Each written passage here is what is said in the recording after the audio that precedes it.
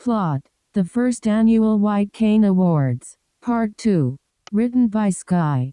In this second installment, Sky and Melissa give out the most important White Cane Awards, celebrate the 1-year anniversary of the podcast, record the 50th episode, definitively close the book on the year of perfect vision, and pave the way to a blinder future. With so many milestones all converging on this 2020 finale, will the hosts feel pressured to make this an especially good episode? Will the episode live up to the hype? And will you, the citizens, join us for the next year, 50 episodes, and countless problematic portrayals of blindness on screen? There's only one way to find out. Voiceover off. When you're blind and watching movies, what will you find? A blind superhero whose superpowers are acting like he's not blind. A sighted actor over-dramatically touching people's faces. Or maybe the whole joke is that they're bumping into different places. A spectacular, macular generation. Tunnel vision to your television and dilly off this movie with audio descriptions. They're movie buffs who know their stuff. You'll be thoroughly entertained. Join Sky and Melissa throughout film history and Citizen White Cane. Hello. Hi. And welcome to Citizen White Cane, the first annual White Cane Awards. Part 2. Part 2. Our first category is Best Opening Catchphrase, and the nominees are... The only film podcast where neither host has seen the movie from the places in the heart episode. Yes. Starting off really good. Yeah, very, it's okay, we're blind, so we have an excuse. The podcast that examines the exasperation born from inspiration porn from the Ice Castles episode. The podcast where both hosts are played by actual blind people from C episodes 5 and 6 podcast. The podcast where high art meets low vision from the episode about the way he looks. The podcast where all the disabled freaks and all the film geeks are gooble gobble one of us from the Freaks episode. The podcast where we are the unpaid interns of diversity consulting from the Butterflies Are Free episode. We're off to a great start here. Just fantastic. It's our 1-year anniversary. So. I know. Happy 50th episode. Yes. Happy 1 year. Oh my God. Very exciting. And my White Cane for the best catchphrase goes to the podcast where high art meets low vision from the episode about the way he looks. Yes. And my White Cane goes to the podcast where all the disabled freaks and all the film geeks are google gobble one of us from the Freaks episode. But all of these are great. Yeah. Oh, thank you. Yeah. I mean, I think they're pretty cool. So everyone did a really great job with coming with these catchphrases. No, I'm just kidding. I came up with our team of writers. Yeah, exactly. Mm-hmm. It's, yeah.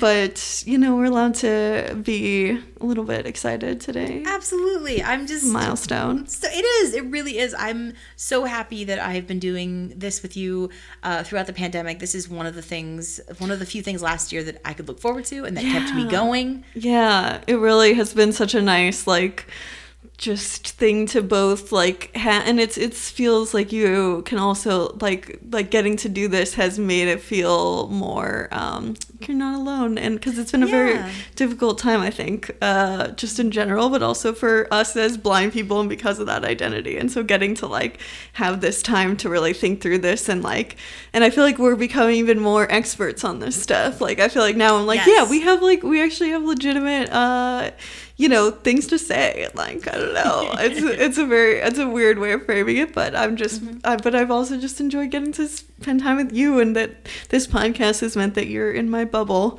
And I love being in your bubble. Yes. And just, I mean, I've watched so many movies that I would have never watched and didn't know existed. Yeah. And that's been so much fun. Yeah, especially the year of just binging things. It has been binging I mean, I'm talking about media, I guess. Binging things is very unspecific, but yeah, getting to watch stuff. Yeah, I really shied away entirely from like content with blind characters because I felt, it feels like when you don't get to talk about it on a podcast, it just kind of felt like I'm screaming inside. But this podcast has been so fun, and when it's terrible, we get to like scream on a podcast, and though that's hard because I have to operate the board. Other than that, it's really awesome. So that's our little corner of being very sincere and. Yeah, I mean, usually I would have given up a project or something after, a month or two, maybe of sticking with it. But we didn't. We've done this for a year. That's incredible. And we've done 50 episodes because we had originally talked about doing it every other week. And so like the fact that we've gone this far is pretty awesome. I mean, and that's 50 episodes. So we only missed 2 weeks out of an entire year of episodes. Yeah. Because the first episode I released 2 weeks. And then I was like, oh, it's the pandemic, so I guess we'll just do it every week. And then we also had a snowstorm, so that's why. Yes.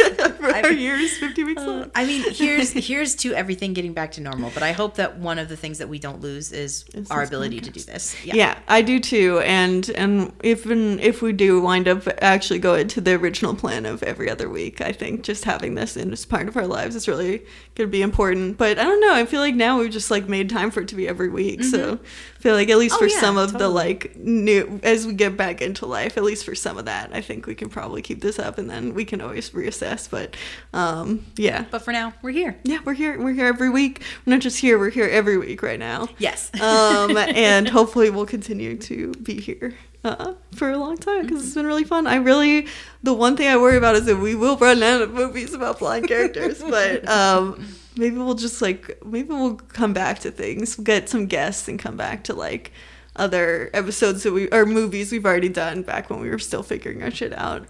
Exactly. That would be a fun way to do it. We got 2 in the barrel at least, so that we can trot out if we need to. Yeah. So we are let's get back doing to some more awards stuff. Yeah. It's none of this sentimental bullshit anymore. No, we're done. We're done with that. That's it. Okay.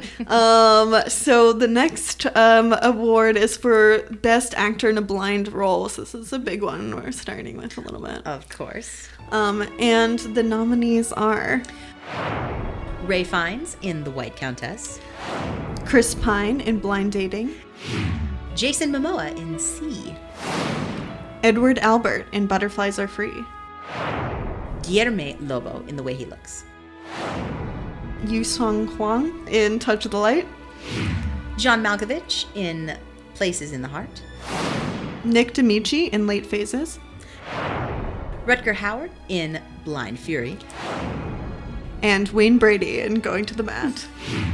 Just for you, Melissa, I put that one in. I appreciate it. Because I wouldn't have, so I appreciate it. The kid was totally fine.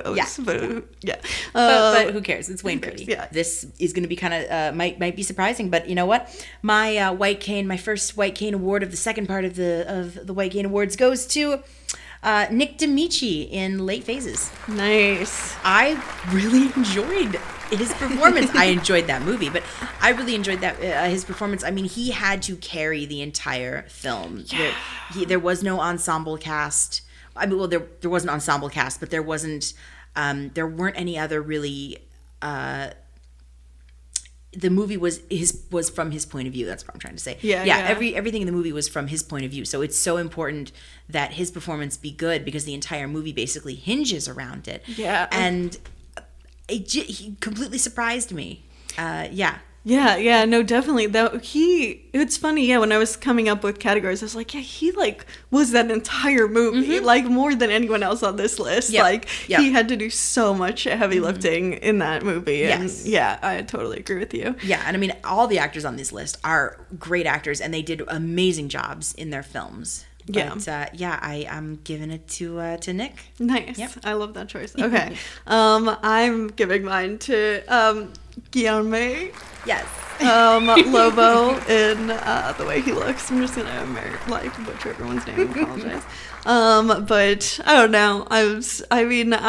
I loved all three of them in that movie, and I think I wound up not giving it to Fabio Audi, so I wanted to make sure I got one of the three of them in The Way He Looks. They're all kids, and I just thought that they really, because did we talk about this last week, how they had been in a short? Yes. Yeah, so they I think really lived in those characters, but I thought just also is it's, especially with sighted actors, a lot of the blind portrayals are a little more kind of stilted, or they're kind of just instead of feeling lived in or feeling like it's a way that they interact with the world, they feel kind of like the actor is just constantly thinking in their head, I can't see things, or is kind of projecting what a sighted person's idea of blindness would be onto it. And he just felt so natural and had the awkwardness of a kid, while also just having the I feel like as a sighted actor, having the comfortableness of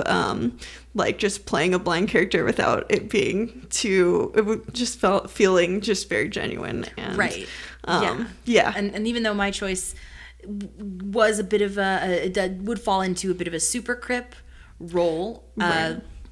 Same reason. I just thought his performance was believable, and he also felt lived in as this character who has a crap ton of baggage that he has to portray, and that his character is bringing to the role. Yeah, they both have a bit of a emotional journey, unlike Blind Fury, where I don't think he grow at all emotionally. He's so damn charming. You cannot deny he's so charming. It's really true that he has no arc, though. I mean, I think everyone else on this list has at least somewhat of an arc. I mean, he learns how to care. That's his arc. He learns how to care. Sort of. He learns how to give a shit. But not enough to, stick around for that poor boy. I know. So not really. Stay. I can't. I love it. I love it so much. We need to have, next year we'll have to have an award for the least growth of a blind character. It's an honorable mention. Yes. I guess John Malkovich also, his character sort of grows. No, his character grows. He has an arc. Yeah, it's really just Blind Fury. It's just that does not grow at all. Oh my gosh. So good. Yeah. Though we have been very movie centered in this award show. So we got to do the best episode of a TV show or the best TV special, which is yes. And the nominees are The First Christmas, the story of the first Christmas snow. The C Season 1 finale, House of Enlightenment. In the Dark, Season 1, Episode 9, Deal or No Deal, the drug bust episode. In the Dark, Season 1, Episode 7, The One That Got Away, where Murphy and Chloe go to the mall. And C, Season 1, Episode 3, Fresh Blood, the one with the slave fight sequence. Yes.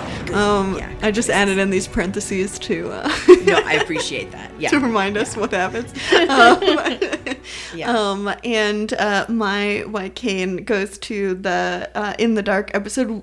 Season 1, Episode 9, Deal or No Deal, the one with the drug bust episode. That episode. I just thought that the end of that episode is a great twist ending, and it's actually one of the times in the TV shows where I didn't see it coming and thought it was really smart, because I guess in C I don't see any of that stuff coming, because I'm what's going on? Why are they doing this? But that was such a with Jules in the elevator where she has to is given the impossible choice. It was so tense. I have bit my knuckles all through that show, but that episode it was tense. It was very intense. And I've been trying to summarize different things that plot is too confusing, so I apologize. Go listen to our In the Dark episodes for more on that. But I thought as a twist, it just worked really well, and I always get excited when I can watch things that I don't see the things coming, because even though I'm blind, I see most of the stuff coming. So yes. And my White Cane Award for the best episode of a TV show goes to C, Season 1, Episode 3, Fresh Blood, or the one with the slave fight sequences. And this edges out The House of Enlightenment by just a hair because of that sequence. I mean, we've seen Baba Voss fight before. Yeah. But this fight was amazing. And it's just all the physical performances are incredible. The stunt work is incredible. I mean, and this fight means something. I mean, it's Baba Voss going in to save Kafun. I mean, this is this fight is his son. This fight is life or death for him, and it means something. And the stunt work is amazing, and the choreography is amazing, and thank goodness for the audio description. Yeah, the audio description is good on that episode. Yeah, it's really, really great on that episode too. So I just have never seen anything like that before. Or heard it described. True. Yes, or heard it described. So I've just, that's it's a good choice. That's my choice. Mm-hmm. Awesome. Yeah. I was like, well, gotta pick In the Dark because Melissa's gonna pick one of the C episodes. We what really should have happened was we both should have just picked the story of the first Christmas Tale. I had to throw it in there because I find it so funny. I appreciate that. Yes. Next year we're gonna do the other one that's even worse with the blind character. I can't wait. Rankin Bass. It's terrible. It's so bad. Then that will definitely win the best TV episode. Well, it's funny we were just talking about audio descriptions because our next category. Do you want to say the name of it? Yeah. So our next category is the White Cane for the best audio description. And the nominees are C, In the Dark, Onward, and Going to the Mat. Little category, sadly. There's a reason why it's a small category. Not a lot of them have audio descriptions. Not a lot. Unfortunately. Not a lot of the stuff we watch has audio descriptions. What are you gonna do? Do you want to go first? Yeah, I mean, it's kind of obvious that the White Cane goes to C. Yeah, I mean, the audio description for all the others is fine. It's great, actually, that it even exists. But C, the description has to do a lot of work. Yeah. And if it wasn't for the description, I would be thoroughly confused all the time. Yeah, definitely. My White Cane actually is going to the mat. Oh, nice. Okay. Yes. You have to say it that way. Because that one's not getting a lot of love generally, so it's one opportunity probably. Nice. Why I picked Going to the Mat was because it's 2005? Mm-hmm. It is a Disney Channel original movie, and it's just the kind of thing that I guess just off the top of my head I would assume just there's no way they're gonna bother. And so especially because I feel like we were talking recently about how Disney is they don't have disabled. It was for Quest for Camelot. We were talking about it. They don't have a lot of disabled characters, and we were talking about just kind of that it always seems like that's not something they're interested in portraying in general. And so having that as having the audio description, I think also just going into this, I was like, okay, so when you have blind characters, they're probably always going to have audio description because they'll think oh, we got to have the audio description so blind people can actually enjoy this. And it turns out that's not true at all. So something from 2005 having an audio description, and I think part of it might have been Disney Plus. I don't know if it was done recently. And but I thought it was fun, and it's funny because I actually just remembered having an audio description, which just probably means it was giving too many details, but I just appreciate it anyway. And as much as I get frustrated with Disney, I do appreciate that they have audio descriptions on most of their content, except for I'm very annoyed at High School Musical 3. The audio description is so many details, and they don't know who the characters are. It's very bad, so it made me really mad. I had to turn it off. Make better audio description. Honorable mention goes to, and we can't talk about it because, god damn it, put a blind character in your show, Mandalorian, so we can talk about you. Yeah, I know, because everyone loves that audio description. Honestly, that should win an award in itself. It is so beautiful. It does what audio description should do, which is enhance a show. Yeah, it should make it better. It should make it better. Yeah, there was a couple Going to the Mat ones I found kind of funny the way they described it, so I'll take that as well. Yeah, that'll work. Yeah. But all of them win an award just to be nominated, really. Sure. They say it's just an honor to be nominated, but it truly is. It's just an honor because you actually had a fucking audio description, so sadly that's very cool of you. But now we have to go to the dark side, speaking of The Mandalorian. Which is the nominees for the worst audio description, or the White Cane for the worst audio description. So the nominees are Eyes of Me. And Blind Dating, because Melissa didn't know it had one. Just threw that in. I love it. I should, and this was when we were still watching stuff on DVDs. I should have checked the DVD. Well, because you did have to check the DVD, whereas like on streaming platforms, if you have a set audio description, it'll just automatically do it, which is probably why you didn't realize. But this was at the beginning of the podcast where I was still like, probably everything has an audio description. It has blind characters. They have to do that. Turns out, no, they don't have to do that. Oh my gosh. But still, my White Cane, of course, goes to Eyes of Me. Terrible mixing, very bad audio description.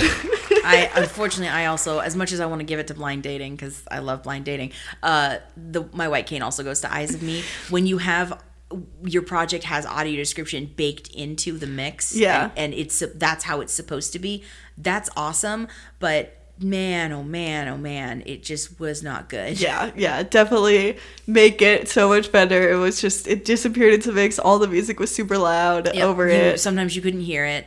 Yeah, and like when they would have large text and a song would be playing, they would just, you could hear the song and not the text. Like, so you're like, what the fuck is the purpose of this? Right, folks, if you're doing something like that, pick a song that has pick music that has no lyrics, or if it does have lyrics, turn the music down. Turn the music down for the audio description. It was, and that was like when they had like actual text that was telling you, like at the end, telling you what happened to everyone. So we still don't know what happened to that poor kid that we couldn't hear his audio description. We still don't know what happened to him. No clue. So it's really sad. So yeah. So Blind Dating. Well, just because you didn't know, I guess it's not enough to get an award. I just thought it was funny. I know. I'm like, I have to give something to Blind Dating, because I adore that movie, but just every time it comes up, I'm like, something edges it out just a little better. We'll see. There's still still time. So the next category is, of course, because we got to round it out, the film that most needed an audio description. This one is a lot longer than those last two categories. Yes. So the nominees are City Lights, The Way He Looks, Wait Until Dark, Touch of the Light, Blind Sight, The Lobster, The Man Who Laughs, Repo, The Genetic Opera, Land of Silence and Darkness, any film with a blind character. All films, period. And what is your White Cane go to? Well, obviously my White Cane would go to all films, period. Yeah. However, it's my honorable mention. My actual White Cane, out of all of the films on this list, the one I most want an audio description for, honestly, would probably be Repo, the Genetic Opera. Because there's so much going on, and I feel like there's so much that I miss, and I know an audio description cannot describe absolutely everything in detail that's happening. Yeah. But it would really be nice to hear more of what's going on. Therein lies the rub, because that's also a really hard film to caption, because it is a musical and because most of it is sung. So sing the audio description. Well, why not? There you go. Problem solved. Yeah. There it is. Problem solved. Yep. Mm-hmm. The musical audio description. But yeah. I see the point, but it definitely would have been helpful, especially because they just threw text at us a handful of times. So much text. All the comic book scenes need to be read aloud. Yes. Yep. And that's where you put the audio description, because it's actually all just done over music. There's no talking. Right. Yeah. Right, exactly. Yeah, that's mostly where it goes. That and like it's all shades of black, so. It's a very hard movie to see in a lot of ways. It would be very nice to have audio descriptions. I would definitely enjoy it more, and my first experience with it was literally having no idea what was going on at all, and being like, I don't know what's going on. That was my first experience, because it was in a movie theater.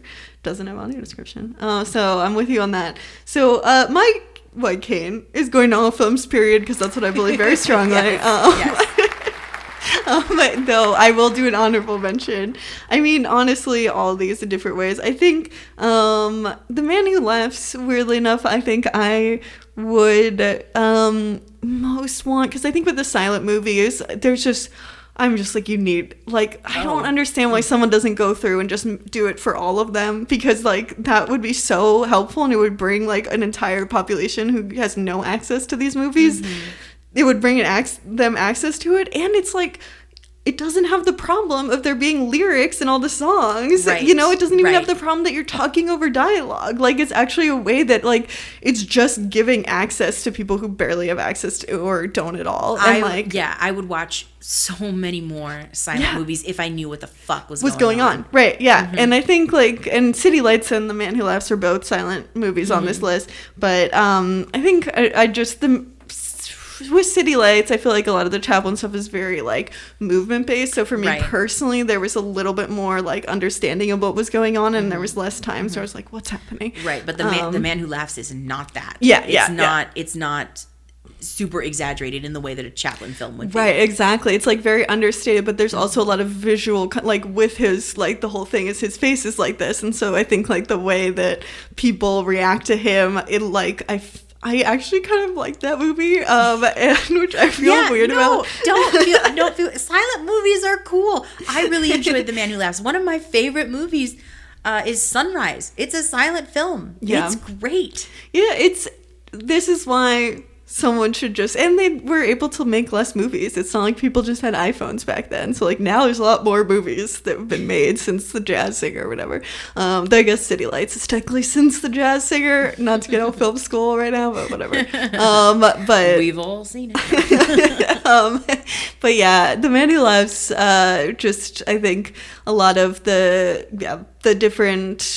the way that things are set up, it's a lot of, like, far angles too. There's a lot of, like, this is the whole scene, and there were just like a handful of points that I actually didn't understand what was happening. Like, there were just times where I was confused and had to, like, look up what happened, basically. And so I did like what I understood of that movie, and so I do want to fully understand it. So it's the title cards that drive me crazy.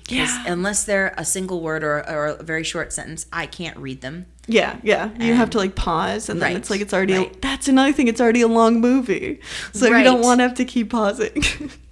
You only have so much time to deal with this. So this is our thing. Could someone just get a grant to do this, please? Like, there's not that, I mean, I know there are a lot of silent movies theoretically, but, like, if we have money to pay people to do scores for the Criterions, they should at least have fucking audio descriptions. Like, seriously, there should be a grant. Someone should get a grant to do this. Yes. My new crusade. 1,000% yes. Next category is most unearned comedic moment. And the nominees are... Blinken can't see there is no ladder in Robin Hood Men in Tights. Alec Baldwin asking about Demi Moore's looks in Blind. Mr. Mitsuru yelling in the grocery store in Quill, The Life of a Guide Dog. The detective flashing Emma in Blink. All of Jace's teammates acting like they don't know he's blind to the reporter and going to the mat.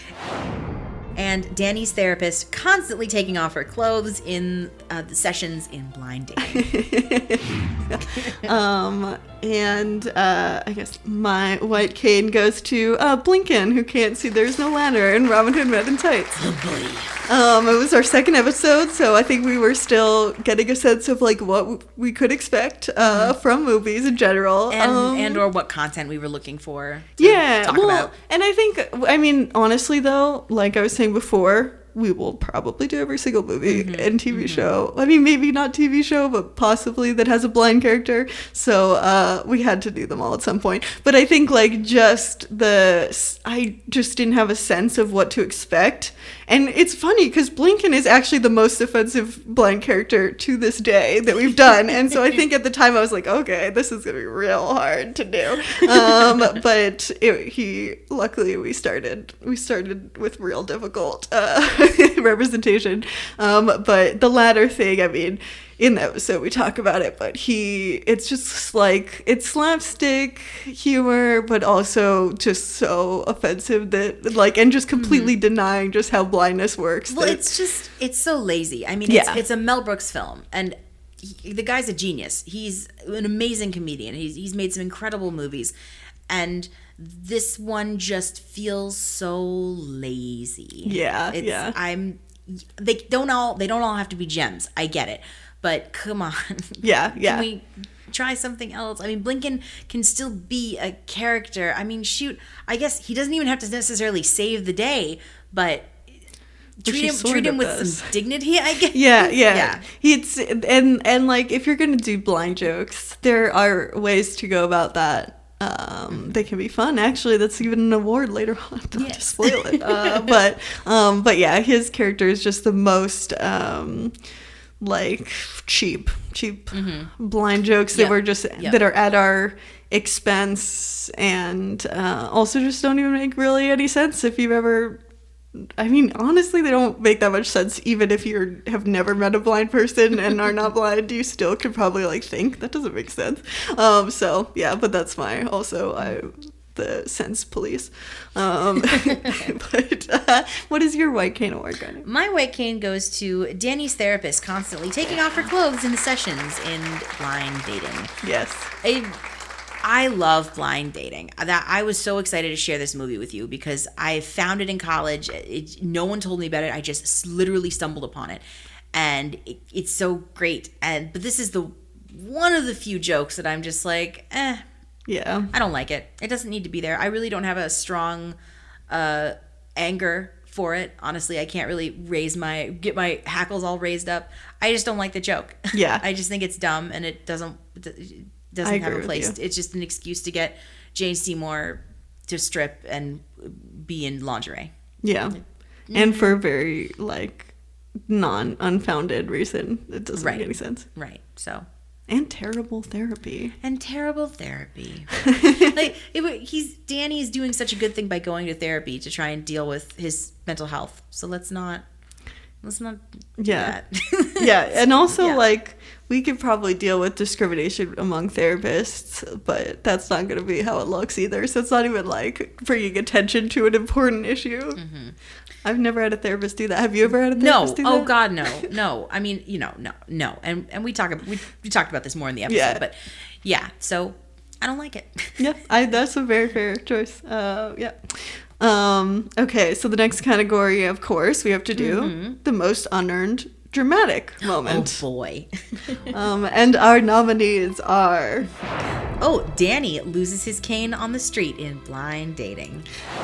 Daredevil can't hear in the climax of Daredevil. Queen Cane drowning the town in sea. Blind reveal in Book of Eli. Spoiler alert. Alexis relearning to skate in Ice Castles. Amy getting annoyed with Virgil relearning to see in At First Sight. Scene at the amusement park in Treasure Blind. So good. So good. So good. This is such a hard category. Mm-hmm. David potentially stabbing his eyes out in The Lobster in that final scene. Yup. Everything that happens in the Beyond. Blind Mag being killed after poking out her eyes to read the genetic opera. I apologize, Melissa, just for all of the images, but I figured... I love it so much, though. Even though you hate it. I hate it. I do. I really do. But man, it looks cool. Yeah, definitely. And I guess you don't have to watch it in The Lobster either. No, you don't have to. This is the hardest fucking category. Mm-hmm. It is every single thing deserves the award. But given how fucking hard this is, what is your White Cane, Melissa? I mean, I had to go with the scene at the amusement park in Treasure Blind. Yes, thank you. I had to. I was so glad you put that in there because I'm reading all these and just like I honestly don't know. They're all great, but I don't know what to pick. And then that one happened and I was like, oh mean, I can still see the scene in my head, so beat for beat. It's so Can we go over it again? Because I love it so much. So good. Oh my God. Yeah. So they're at the amusement park, and these hired hitman have been hired from the big bad to go terrorize the father, his son, and the Holy Ghost, and the little boy, the Holy Ghost, and the little boy. And so they're just having a day at the amusement park. They're just minding their own freaking business, and they're eating lunch. And then these goons sit down.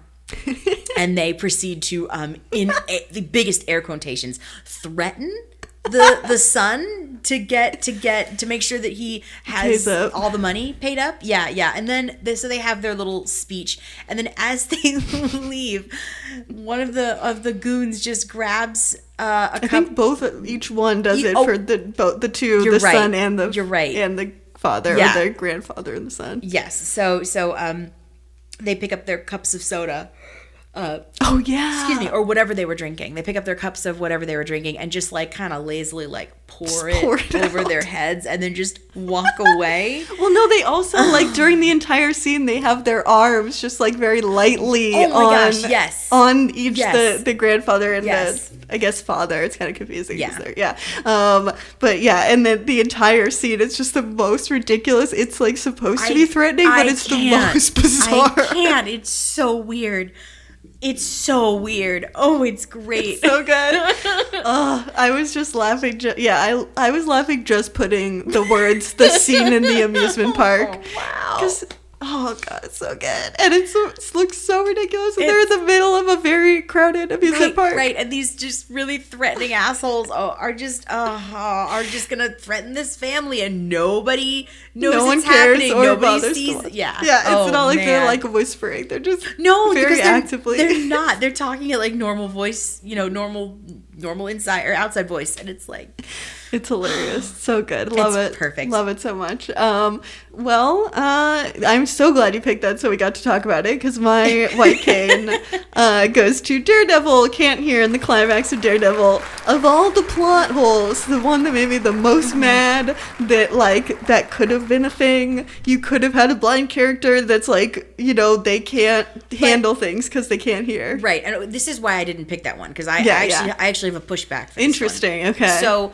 And granted, I am not a Daredevil expert, but I know enough about the character. So the conceit of his superpowers is all of his senses are heightened. Right? So a blind person already has really great ears. So if a blind person has really great ears, Daredevil has tremendous ears. Right. And as a blind person, like one of the things I don't like, or that I can be very disoriented very quickly by, are loud sounds. So that's... I don't know if I'd necessarily call it a plot hole. Like Bullseye, it is a plot hole. Bullseye is using that to his advantage. Yeah, but see, this is the problem: is that would be totally fine if they didn't 100% undercut it by the fact that, because I'm like, that would have been a good bit because of what you're saying. But the problem is that they earlier had an extremely loud place where he could tune in exactly the conversation in a very, very loud bar that he was on the ceiling of. So there's no way a blind person could ever be able to do that. And it's not the louder everyone else is, the harder it becomes for you to hear one person. Mm-hmm. And so I was like, what the fuck is going on? How does he what is happening that he could hear those people? And then later on, the whole climax is just that some bells were disorienting enough that I don't even think, he couldn't hear, but it also wasn't so he didn't know where Bullseye was. The noise was so loud, and the sound waves coming off of the noise were so much and so big, and it was just so everywhere and overwhelming, that he couldn't figure it out. He couldn't even do anything. It wasn't even just that he was disabled. He just sits there and plugs his ears. Right. He just it's like kryptonite basically. Right. But it's exactly. But he's happy to tune into one tiny little sound amongst a cacophony of talking. You know what, Daredevil? I tried real hard. I washed my hands of you at this point. I tried.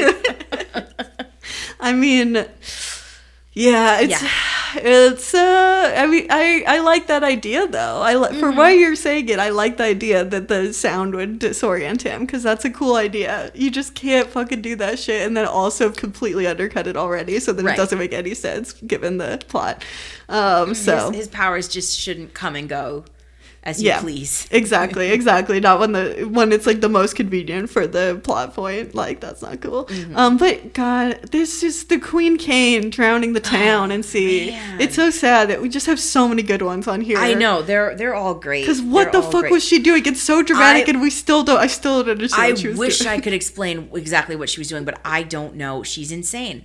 Yeah, apparently she just people didn't agree with her, and she got angry. Yeah, and so she drowned the town, I guess. The entire place. Yep. Yeah, oh God, there's so many. The whole thing, Alexis relearning to skate, that's, that whole thing's very ridiculous. Yep, these are, and for Amy from At First Sight, just her entire existence. Oh, and Yes. all of the Beyond. That's such a good one. Wow. I honestly almost picked that one. So good. I was very close, but I couldn't help it. Like, Treasure Blind just trumped everything. I mean, I'm so glad you picked Treasure Blind, but yeah, no, these are such a good category. This is probably the hardest one of the entire award show. I think this is definitely unearned dramatic effect or dramatic moments just run rampant in the movies we watched. This is one of the many ones I agonized over. Yeah, it's definitely a hard one, but I'm glad we got to talk about some especially egregious ones, and we got to at least name all the ones that are, and I'm sure there's more that we didn't even think of.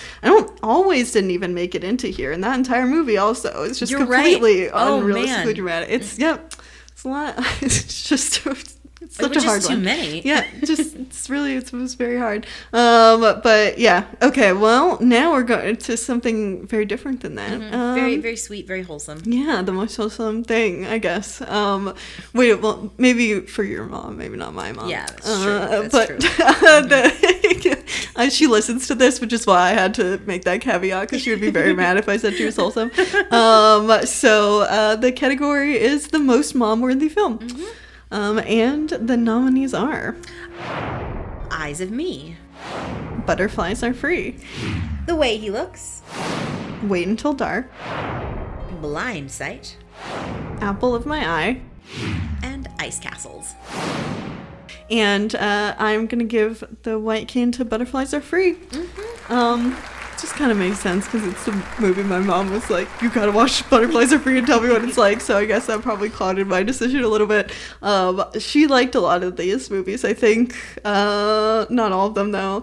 But yeah, I just, I don't know. Butterflies Are Free because it also has like a character like, or a driving relationship in the movie is between him and his mom. So in that way, it's kind of like, and it's the mom is redeemed in the end, like, but she kind of comes in like, she comes in hot. Yes. And we kind of like, her arc is almost like the most dramatic of even though she is not, she's more in the second half than the whole thing. But yeah, so I think that there is, I mean, yeah, my mom did tell me to watch it, but I think it's a great portrayal of a blind character, and there is that kind of like, I don't know, the familial thing and like the kind of relating as a mom also to a blind person, and that kind of spoke to me in a way as well, and my mom was just very excited because she loved the movie, so she wanted us to watch it really badly. So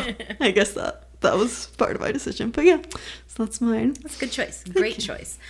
I looked at this category and thought, which would I recommend my mom to watch? Yeah. Because out of all these, Ice Castles was the one my mom said that we should watch. That and At First Sight. But so my White Cane for the most mom-worthy film goes to Apple of My Eye. Oh, yeah. I'm thinking about my mom. What would I recommend to her that she would actually sit through? And Apple of My Eye would win out. I mean, the parents in that movie are amazing. Yeah. Bailey is amazing. The movie is amazing. It's so great. Yeah. And I would love to share it with her. Yeah, it's definitely a healthy, like, parental, they probably come in a little bit more healthy than Butterflies Are Free, the mom. Just a tad. Yeah. But yeah, I think that's good. And it's a great, like, this is just blind kid, and like in the mind of a blind teen too. It's just sweet. It's just a sweet little movie. Yeah. Yeah, and surprising. We did the most surprising one. I think, I know I gave it to Apple of My Eye, I think, right? I don't remember. It was just last week. You did. Yeah. Yeah. gonna forget instantly, apparently. Though I remembered all 40 of the movies we watched last year. Way to go. But I can't remember what we talked about last week.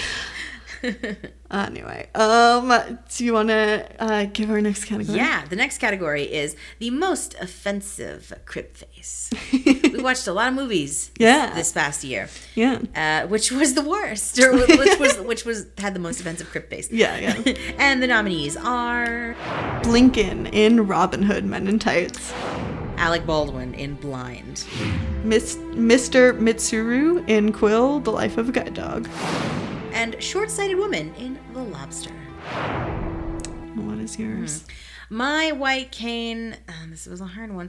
My white cane goes to Blinken in Men in Tights, and because it almost went to Alec Baldwin. And I honestly hate dogging on the actor that plays Blinken because I think he's a brilliant physical comedian. But this is his second, at least that I know of, portrayal of an offensive portrayal of a blind guy. So I don't know how or why he kept getting cast in this role. But this it's like that Italian man in the who plays the like a native person in that commercial with the littering. But the crying Indian. Yeah, yes, exactly. Yeah.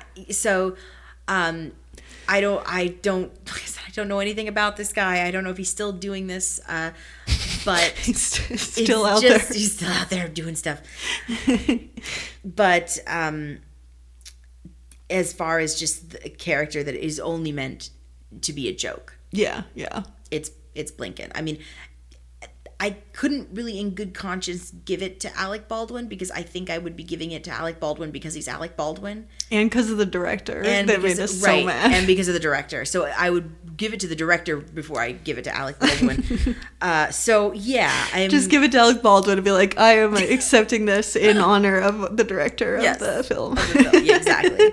So yeah, my white cane goes to Blinken from Robin Hood Men in Tights. Well, that's also mine. Yeah, I mean, you know, I can't say it any better than you did. But yeah, I think like it is.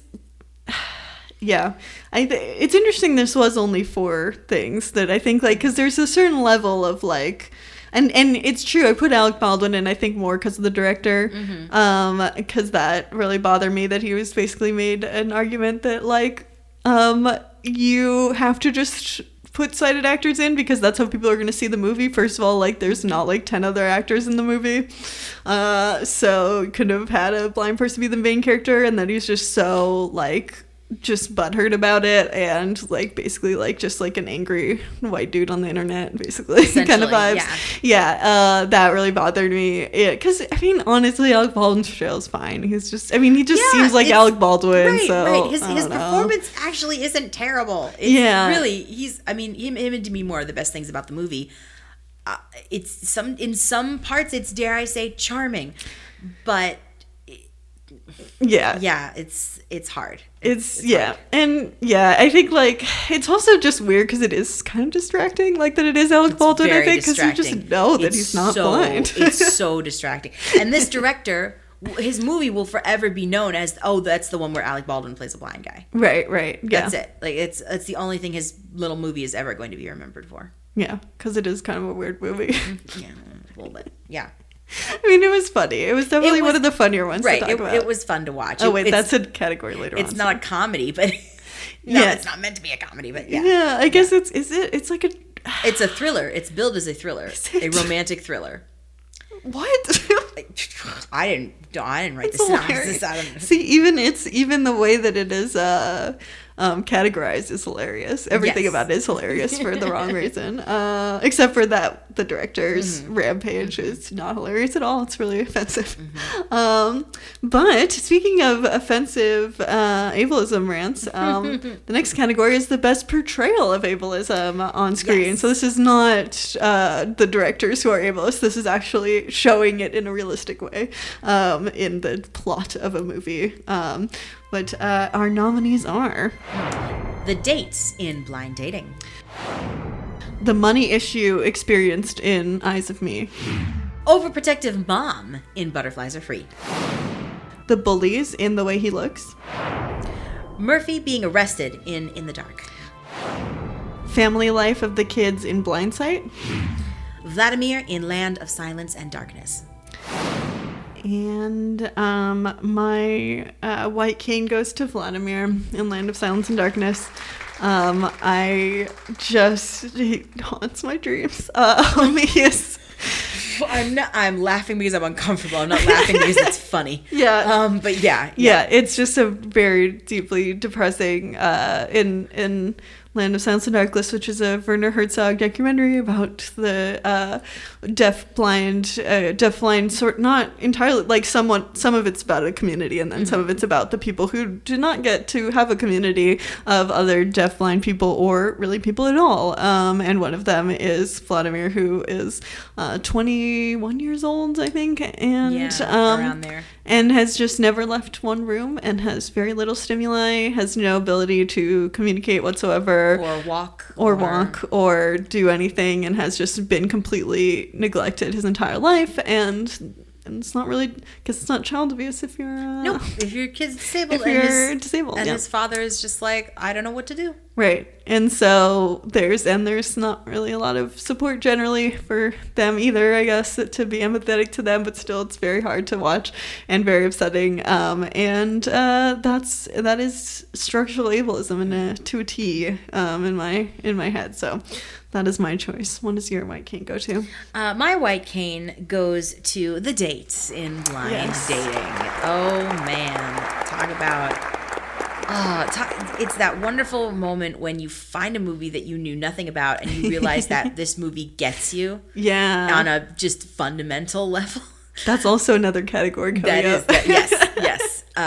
There were a lot of things that happened to Danny in that movie that have happened to me in real life. Yeah. And just seeing it portrayed on screen and then seeing it send it up.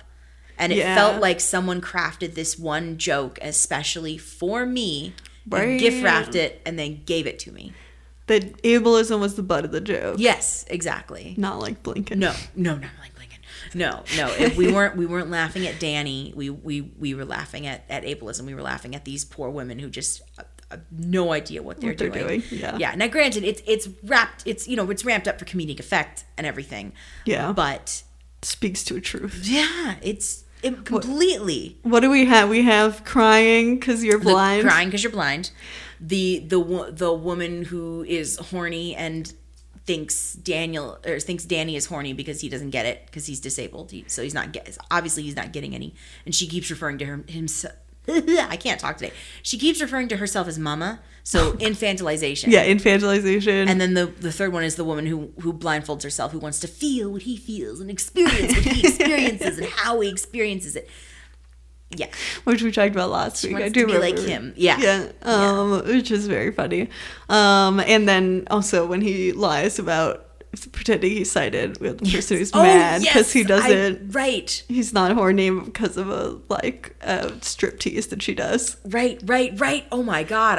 Thank you. I forgot about to add that one. Well, because it's not part of the original. It's not part of the montage. Yeah. But yes, there's also that date too. Yes. And then she ends up infantilizing him. Yeah. Classic. No, that's a good choice too. Mm-hmm. These are all good. These are great. Yeah. Okay, so the next is the film most ahead of its time. It's kind of cool. And our nominees are Butterflies Are Free, 1972. Wait Until Dark, 1967. Freaks, 1932. And Land of Silence and Darkness, 1971.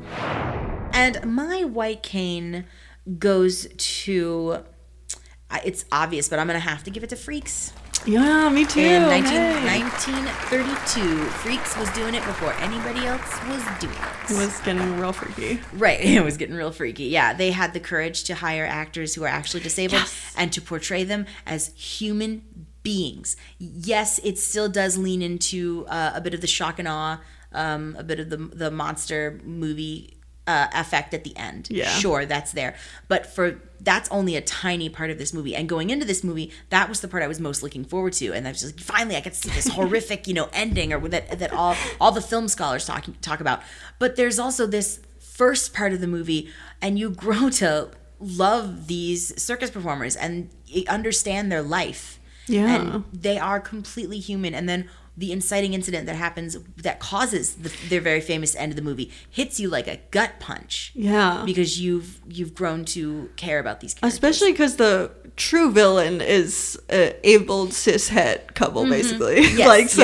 Truly the least empathetic person, just for me going into the movie. Right. And I know it's very black and white. Like that couple is because the evil. color is before color was in movies. Yeah. So. Yes.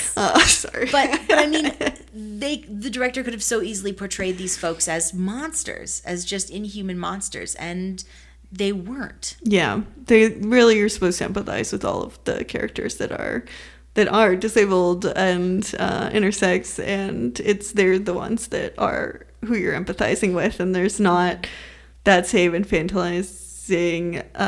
It's like, because it's more, I guess, on the like, yeah, the society thinks they're horrific, but there is like that we see like the society thinks they're horrific, and we see the infantilizing by the Hercules and the trapeze artists, right, that are the ones who are the true villains, and and both of those things are seen as the antagonistic forces in the movie, is like the like people who are afraid of them. And even though the ending is kind of like, I hope at a certain point will become offensive, just that's what would happen. But and in society in general, this film was so ahead of its time that it's ahead of its time now, sadly. Well, yeah, that it was banned for the longest time because normal, quote unquote, normal audiences just couldn't take seeing these, grotesque humans. Yeah, it was deemed such an offensive, scary and horror and horrific and or horrible, and it's not at all. It is those things, but not all of it is. Yeah, also if you take out the last 5 minutes, then it truly would be, you can't put horror on it at all. Right, no, it's just a really great movie. It's a slice of life movie about a these community of people that we Yes. never get to see, and we definitely never get to see them played by actual like actors who are the people they're playing. It is somewhat it's not really documentary at all, but it is in some ways kind of closer to that, in that it's the actual people playing themselves in a lot of ways, and that most of it is a realistic portrayal of that community, at least in like the ways that their relationships with each other and stuff. And even though the main plot of the movie is something that's heightened to give it a drama plot, basically, but a lot of it is just watching people in just a community of people like them and being supportive, which is so nice when you feel isolated from your community. Just getting to see that was really fun. Yeah, absolutely. So I agree with you on that. Yay! At a certain point in the episode, we just sync up, and then that's what it is for the rest of the episode, I think, is what happens. So the next category... Film or TV show from the last 15 years that is the most behind the times. And the nominees are... C from 2020. Beastly from 2011. The Lobster from 2015. Repo, the Genetic Opera, 2008. And Always, 2011. Oh boy. So my white cane goes to The Lobster, 2015. Okay. This is a hard one. I don't know why in the end, I think that it kind of could have been Always, really. I think that would have made more sense in some ways with my personality. But I think just like strictly, especially on the like disability related stuff, I just felt like, and the blindness related stuff, I just felt like, oh my gosh, this is 5 years ago, and it's just truly so far from looking at blindness even as like an identity or point of pride. It's like a plot point, and it's also like the whole ironic crux of the film is that who would ever choose to be blind? It's such a terrible fate that why would that be your choice, to like want to be like someone? And just a lot of it almost felt like some of it could kind of like ring true in a slight way, and then it would just kind of veer into territory where I was like, this doesn't, like, you could have done something more interesting with this. And also on top of that, the blindness was just, they were so paralyzed. It was just like, once you become blind, you're just stupid and you don't want to, like, you can't be part of society anymore, basically. But also just like, it's not an identity, it's just an unfortunate event that could happen to you. It kind of scares me because it's, I mean, any of Lanthimos' films are so him. I mean, they're so, there could only be his films, you know. It worries me to think about. You know, and granted, I have not seen his whole filmography. I think the only one I haven't seen is The Killing of a Sacred Deer. Oh. So I need to get on that. But it makes me worried, you know, that's just this is how I want to use disability to tell a story. And I know he's not the only person who's made mistakes before, so I'm not trying to single his work out. Or anything, we have a whole podcast of talking about all the people who've done wrong. So we're not. I love how we didn't do that for the blind director. We were like, no, we're happy singling him out. Yeah, we're not even gonna remember what his name was. But but his films are just so fascinating. So to see him kind of do this feels kind of almost like a regression to me. It's like, do better. I know you can do better. Your films are great. Do better. They're weird and wacky and wonderful and disturbing, and do better. I agree. Freaks is weird, wacky, and disturbing, and that's great. We like that movie. So you can figure it out in 2015. What is that, like 85 years later or some shit? What is yours? So my White Cane for the TV or film that is most behind the times is going to Always. It's so funny. I thought you were for some reason I forgot Always is the name of the movie, so I was you're like always going to go to Beastly, and then I was just waiting for you to finish your sentence. That's so funny. I almost did give it to Beastly, but Always is, Beastly was infuriating, but it was like a fun infuriating. Yeah, exactly. Like I enjoyed that movie because it was stupid. Yes. But Always was just the choices that were made. Yes. Oh boy. No. Just I didn't enjoy myself. It was like a bunch of movies had been stitched together, and the stuff that was left in was stupid and didn't need to be there, and so fucking long, and it's so long. And look, I love a good melodrama, don't get me wrong, but I did not enjoy it, and I was really disappointed. I agree with you 100%. So that now our next category is for the actually best blind joke. Yay!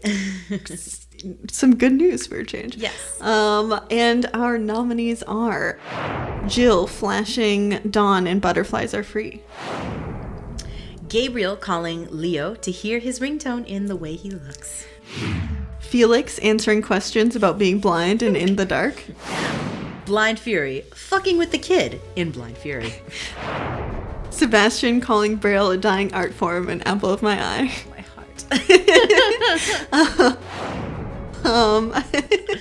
heart. What is your right? And my White Cane goes to, even though I have a feeling you're also going to pick this one too, Gabriel calling Leo to hear his ringtone in The Way He Looks. I love that, but I didn't pick it, so go for it. Okay, cool. It's just so sweet. I mean, it's I don't even know if I could classify it as like an actual joke, but it's true. It's wonderful. It's so wonderful, and it's just this sweet bonding moment. Between Gabriel and Leo, and it just makes me feel all warm and fuzzy inside. Yes. And it's just a wonderful expression about being blind, and something that is so simple, like having different people, be a different ringtone on your phone, but it means something to them. I love it so much. Yay. It's gonna be sad doing this next year and not getting to talk about The Way He Looks. We're gonna just be so depressed. Whenever it's anything we like, we'll be like, well, it's not The Way all He these Looks. movies suck. But I'm sure we'll find some other. I mean, The Way He Looks was a true gem that we found. So absolutely. That I just found it on a whim. So we'll do it again. I have faith in us. My white cane goes to Felix answering questions about being blind in the dark. That was a close second. I just found that so funny. It was like, because it's not actually a blind character. That's why it's funny, because he pretends to be blind in a school assembly for kids. He's an adult because they're guide dog school, so that's why they're presenting. But they think he's blind, and so it's like they ask him the worst questions that all blind people have been asked so many times and hate so much, which is why it's so funny. And he's like, "Whoa, I feel loved," and it's just so funny to me because it's like the stupidest questions, but it's like laughing at abled people doing stupid shit that he's excited that they're asking him about if he dreams, and he's like, "Wow, that's such a poignant question," which was like the blind writers being like, "This is the stupidest thing we get asked all the time, and I don't even understand why abled people think that this is a funny thing to ask." But, well, and just to see this poor character who kind of gets shit on, and not necessarily for good reason, especially by Murphy, just to have his like one moment in the sun. It's a lie, but it's his one moment and then in the sun. And then he's embarrassed at the end anyway. So right. That's That was my one of the doors that opened to make me actually really enjoy Felix as a character. It's true. It's a very good moment. I thought it was really funny, and it's, I think, maybe one of the few ones it's like one of the only ones here that doesn't even involve a blind person actually at all. So it's kind of funny, but these are all fun. These were great. So next we have the most infuriating regaining vision subplot. So going back to our infuriating. And our nominees are City Lights, Blind Dating, Beastly, Blink, Repo, the Genetic Opera, Always, and The First Christmas, the Story of the First Christmas Snow. So many of them for 1 year. So many. So many. What is yours? Oh man. So my white cane for the most infuriating regaining vision subplot goes to Beastly. Yes. Because it came out of nowhere. All of these movies, okay, except for The First Christmas Snow. So it's the other one. But all of these movies, the regaining vision is central to the plot or has a reason to be there. Yeah, it is. Yeah, I guess they are pretty central, right. Generally. It's still infuriating that they're central to the plot, but Beastly literally comes out of nowhere. It does. It's like the last scene at the end of the movie.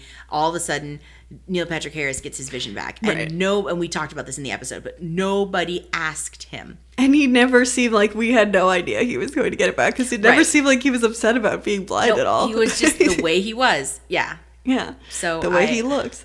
Yes. No, it was a different movie. Yeah. So I felt betrayed after already sitting through a dumb movie, and then to have this happen, I just was so done. They should have called it Betrayed. There you go. That's better. Mm-hmm. Yeah. No, that's it's good. That's definitely a very good pick. I feel like this is pretty basic bitch answer, but I'm just giving mine to Always. Hey, it's not basic bitch. That movie's so infuriating. Upsetting. Yes. So there's certain ones we really got under our skin, I think. The whole thing where she is it's also assumed that she wants vision, I think. Like, all these characters always assume they want vision. Right. No one really asks them ever. No, nobody. I'll just ask. Just straight up just ask if they want their vision. Yeah. Right. Yeah. And she just, it's just so upsetting, and that it's like that her life is just so great when she could have literally been doing all the other stuff when she was blind, and that her life turns around when she gets sight for no fucking reason. Very upsetting, and not at all what that would actually be like if you regain sight. You would not just all of a sudden your whole life would be great and you'd be driving and you'd have a successful business and all these things that you could have done with your stupid boyfriend who abandoned you you could get vision, and then his face to go join death boxing in Thailand. Such a stupid movie.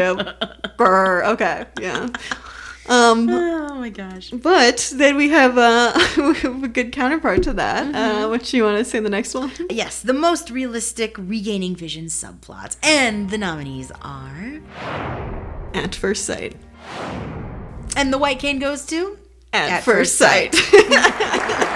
And this is the only time we're ever going to have this category, I imagine. Yep. We talked about it before. The movie is based on a series of articles and research done by Oliver Sacks and published in the New Yorker. You can't get more realistic than that. Yeah, and we both read it before the podcast episode, so we came prepared.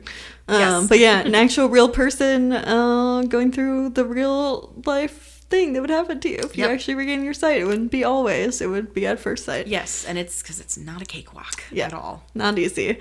So yeah, I think that was a good choice that we made. And I'm glad that we can retire a category forever. The next category is the best blind actor playing a blind character. And the nominees are Callie Walton in The Dark. Yu Sang Huang in Touch of the Light. And Daniel Brookshire in Treasure Blind. And my wine cane goes to Callie Walton and In the Dark. Nice. She is the little kid. I don't know. She's not really a little kid. No, she's a teenager. She's a teenager. She's Officer Dean's daughter and Murphy's friend. Yes, and their relationship, as we talk about every time we do In the Dark, is great between Murphy and Chloe. And just Kelly Walton, it's just awesome to have her in the TV show. That show, I've just actually had some blind people, even though it could do better, could have the main character be an actual blind person. It's still always fun to see her, and she just, it's just nice to see an actual blind person. Yes. In the TV show, and she's just a really fun actress, and it kind of, you would watch her, I'm like, yeah, so fucking why don't you do this more, because she's a kid, I have kid as anyone under 22 to me, right. But and she does a really great job of living that character and being, so there's really fucking no excuse. It's not blind actors are gonna fuck it. I mean, obviously we're not, but it's just one of those things where it's was that so hard? Was that so hard, guys? I know you can find a blind actress, and I mean, and she's also plus size to boot. Yeah. So heck yeah, man. And yeah. You said it. I mean, she's adorable. She's an amazing actress. And we love her. We want more. Yeah. Our love letter to Kelly Walton. Yes. My white cane goes to Yu Sang Huang in Touch of the Light. Nice. And honestly, I would also give it to Daniel Brookshire in Treasure Blind. He's so cute. He's very cute. He's good at what he does. Super cute. But yeah, this was so cool. I mean, there's so many layers to that, to the actual story of how the movie got made, as far as it's his story. Yeah. And he decided to star in it, and he helped with so many of the different aspects of filming. So it's just his movie, and it's amazing. And this is what we need. Yeah. We need more disabled people to get up and tell their own stories. Yes. And to make sure that they're told the way they want them to be told, and star in their own stories. What we are trying to say is give us $40 million to make a movie. Just the two of us, all write it, you star in it. Perfect. Yeah. Done deal. Signed, sealed, delivered. Let's go. But yeah, I mean, give canes to all of these actors, because they deserve it. Yeah. They made it. Yes, so many canes. Give them 3 canes. Give them all the canes. They use their canes in the movies, we assume, and TV shows. So. Yeah, actually, I guess we've never really confirmed that. We just always assume they use their own canes. True. They could have prop canes. Oh my god, that was a whole discussion. We talked about that a lot. The prop game discussion. Yeah. It's very funny. So we go from really exciting, fun stuff to this one of the most depressing ones, which is movies. We've been talking a lot about the blind characters, but this is specifically just the entire movie, which is our Rape Culture Shame Award. Right. Shame, all of the shame. Shame, yes. Shame. Shame, shame. Shame, shame, shame. And the nominees are Robin Hood, Men in Tights. Daredevil. In the Dark. The Lobster. And Blink. My white cane goes to Blink. Oh, me too. That's funny. That movie is just so... I can't explain. It's not physically dirty, but it's voyeuristic. That's the word I'm looking for. Yeah. There's just this overwhelming sense of smarminess, I Yes. guess. So Blink it's definitely one of those that the movie itself really didn't stick with me. Like, I can remember story beats and images and things, but you just remember flashes of images, and then you're like, wait, that happened 3 days ago. yeah, exactly. Yeah.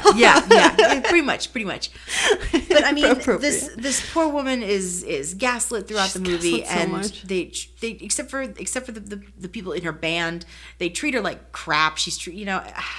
And it is just like a true rape culture subplot or like plot of just like the boyfriend, or it's not a boyfriend, he's not a boyfriend, but the love interest is just this fucking, first of all, police officer, boo. Second of all, just like actually truly is like a rapist to her. Yes. And like just like really problematic, and it just reminds you of like just the shitty bullshit that we put up with just like very recently, and how we've, I guess, sort of changed slightly, but we have so much farther to go. We're working on it. We're slowly getting there. But this movie felt like 1,000 steps back, and I guess it was just drenched in like the 90s. Yeah, it's almost like it was a flash of like something horrible, and then we were like, oh, that didn't happen right now, but it feels like it happened right. It feels like I'm watching it right now. Sorry, I need to keep doing this. No, I mean, it's a ridiculous plot point. Yeah, I guess we didn't specifically say what the whole thing is, that she gets her eyes back, but her eyes don't actually see what's happening right now. They see what's happening yesterday. They or whatever. are tricking her brain. Yeah. Hi, eyes don't work like that. Yes. Thank you. Good night. Really should have been the least realistic subplot for getting your vision back, because it is the most ridiculous. Okay, so then we have the next one to do a little what's our word, like contrast is not the right word, but to get us back to something fun. Anyways. We have 2020's OTP Blind Couple Award. We love this one. And the nominees are Danny and Lisa in Blind Dating, Baba Voss and Magra in C, Jill and Don in Butterflies Are Free, Leonardo and Gabrielle in The Way He Looks, Chloe and Billy in The Dark, and Day, is that how we decided her name was? Dea, I think. Dea and Gwynplaine, classic, in The Man Who Laughs. And my white cane goes to Leonardo and Gabrielle. Of course. And The Way He Looks. Yeah, I mean, just, we love that movie so much. But they are just, I had to give it to them because they're the sweetest and the most. I also saw my own, so I saw my like experiences dating, I think probably more in that movie, and like, but it's also like the wonderful comfy love, like the comfortable ones, and so it felt like the most like unproblematic, and even though we see him experience ableism, it's just like, it's like the core of a sweet and just lovely relationship. It's definitely comfort food, so that's my OTP. Love it. So my white cane for 2020's OTP Blind Couple goes to Baba Voss and Magra. Oh, actually, I know, right? Give it to the straight couple. No, yeah, Melissa, it's a trap. I'm There's only one right answer. Terrible. There is only one right answer. No, I mean, there sort of is, just, but it's not because they're gay. right. They're freaking made for each other. Yeah, wonderful. But I loved watching Baba Voss and Magra. Just the love that pours out of those two, and in their relationship, and I mean chemistry that they have as actors in general, but you can feel it oozing out of the TV screen. Yeah, and that's the same way that I felt about Gabrielle and Leo, you know. But right, yeah, this is more of like a fierce, like loyal, familial, like I will kill for you, I will protect you, right. I will be there for you forever, you know, love. Yeah. Well, you know what? That's the only one on the list that is two blind people. So. Oh my God, you're right. So you get that. Yeah. My runner-up would have been Danny and Lisa, because this just makes me happy. It's joyful and it's silly and I don't care and I love it. Yeah. But I Magra and Baba Voss are what kept me coming back to see. Oh, yeah. Yeah. I gotta know if they make it. I hope they get back together. I know. I mean, like, literally, physically. Literally, I'm dying over here because they're separated and plot. Plot. Plot. There's just a crevasse of plot. Yes, yeah. yes. Giant cannon. Honestly, season 2. What are words? Yes. Season 2 can't get here fast enough. Like, I know, pandemic, but still. We'll see. We'll see how enlightening that season will be. Yes. That season will be. Oh, man. Yeah. I didn't put for the catchphrase awards. I did not put the one where I said CA times on there. I thought about it, but then I was like, then we'd have to say it again.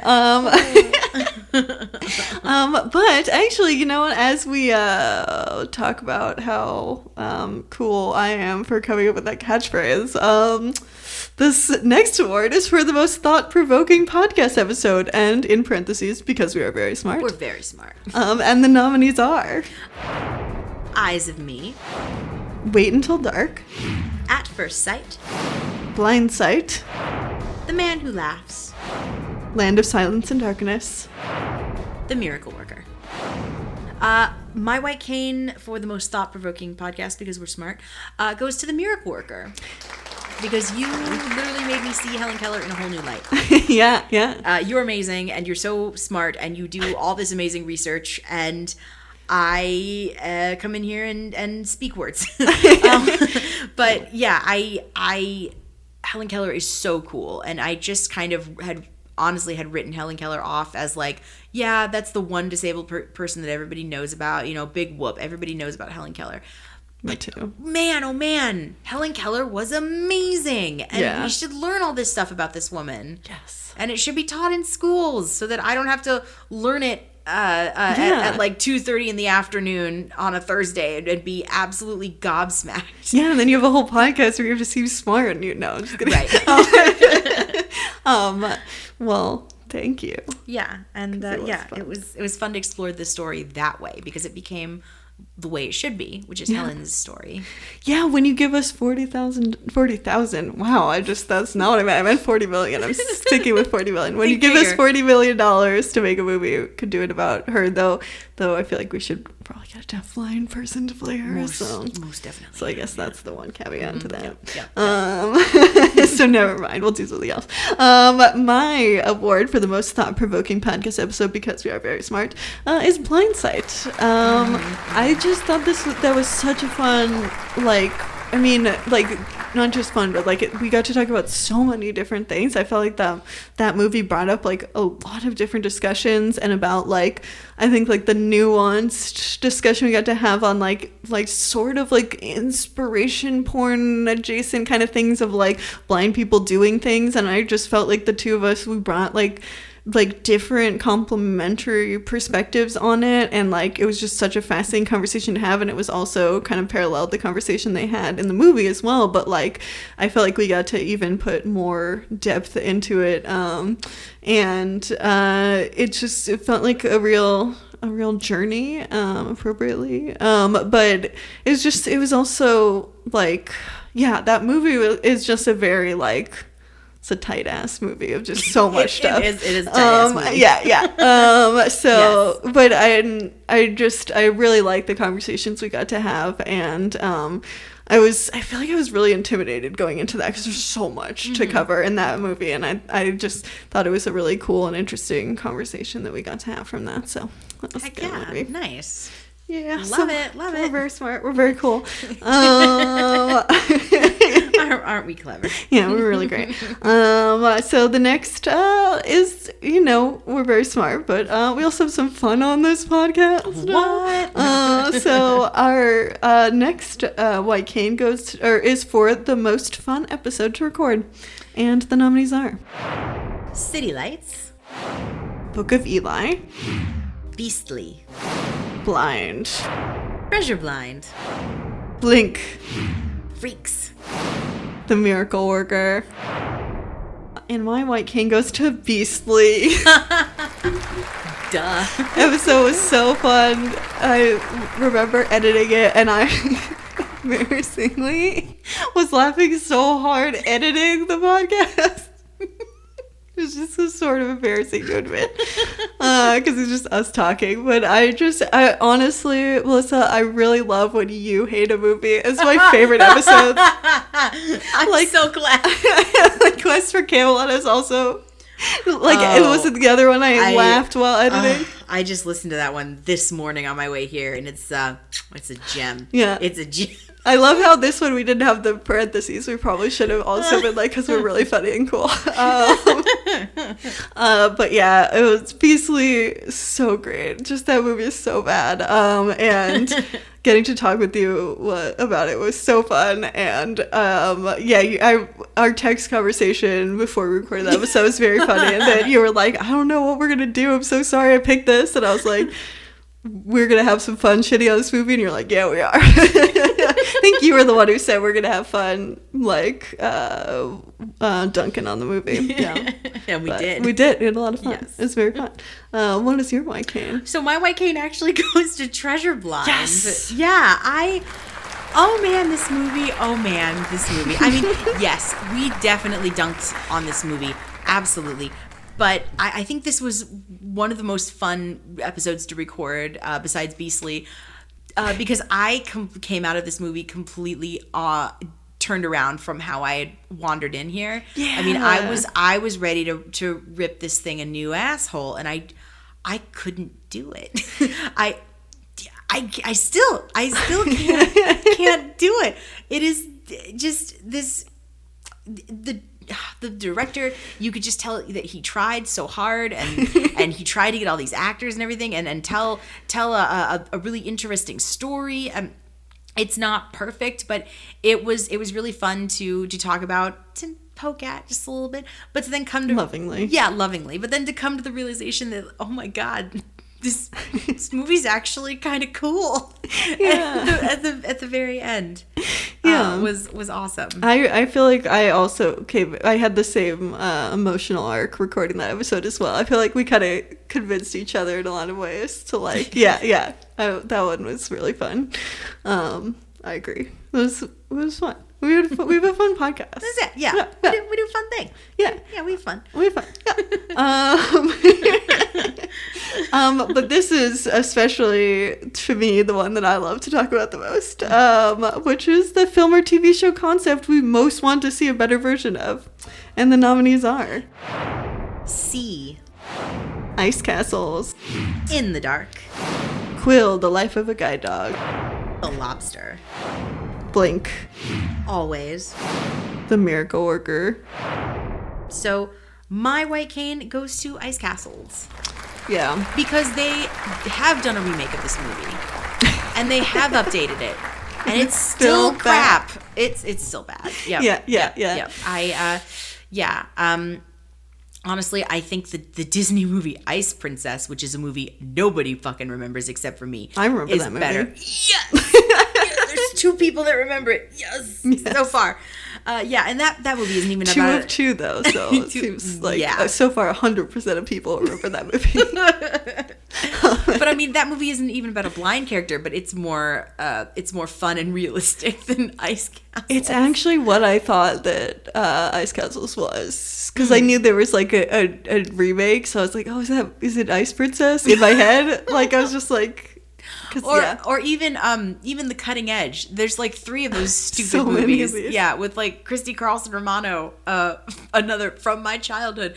But yeah, I really think that if it was handled a little bit more tactfully, because Ice Castles is actually, there's some great little nuggets in Ice Castles. Yeah. There's some really great moments. I mean, that ending scene, still good. It's a good ending. Especially in the 70s version. But still really great and awesome. So I think if that was treated better, and actually had, and I don't know, maybe they did have blind consultants on set. I don't know, I wasn't there, but maybe so.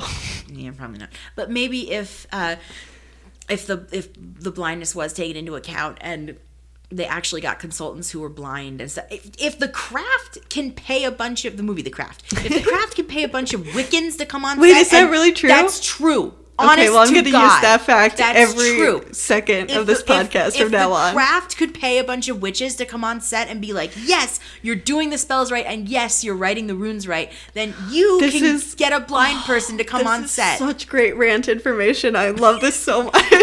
I love that happened so that I can rant about it for the rest of my life. So cool. I love that I know that fact now.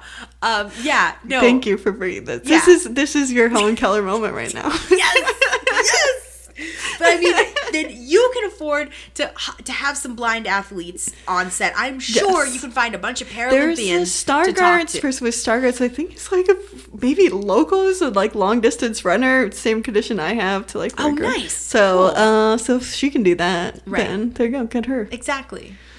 I mean, if Disney can make a better original movie that is also about sports, I'm not saying it's realistic, but it's better. But it's more specific to blind sports. And it's more believable. It actually is a lot. Like, it actually demonstrates, weirdly enough, like 4 different ways that you can play blind sports and accurately, which is very interesting. That movie did that. Try again. Just try again, and I think we can make it better because it's a really neat story. So, I mean, there's definitely a little bit of overcoming and inspiration porn, but just do it better at least. Do it better. You can still do it better than Ice Castles. You can still make something that is still overcoming inspiration for it that is better than Ice Castles. There's so much fun. Hire a bunch of blind witches. Do it again. Yes. Actually, always blind witches now. Just hire blind witches. Just blind witches. Yep. That would be, well, I feel like we're both witch adjacent. I'm not 100% there, so we should just become witches. Perfect. Well, my white cane for the concept we most want to see a better version of is C. I know. Okay. Classic Sky answer, because that's what I spend all the C episodes talking about. I've always loved that as the idea of C. I love the idea of a world of blind people, and there's only some sighted people. And even though that does have a blind consultant, he did not get to be part of the process as much as he needed to be for that to work. Like they already knew what they were doing when they hired him, and I get the sense that he was just kind of like, whatever is the vibes I get. Yeah, I mean, you can definitely see imprints of his work on the series, especially. But it's all like an afterthought. I know, but I mean, even just acknowledging the fact that when you're having two blind people are having a conversation, you're not looking at each other. You're directly in the eyes, like you'd have a conversation with a sighted person. That does not seem like you would need a blind consultant to tell you that. I know. I'm fishing. But he did tell them that you can't nod, and yet they still nod to the point that the audio description has said a character's nodded multiple times.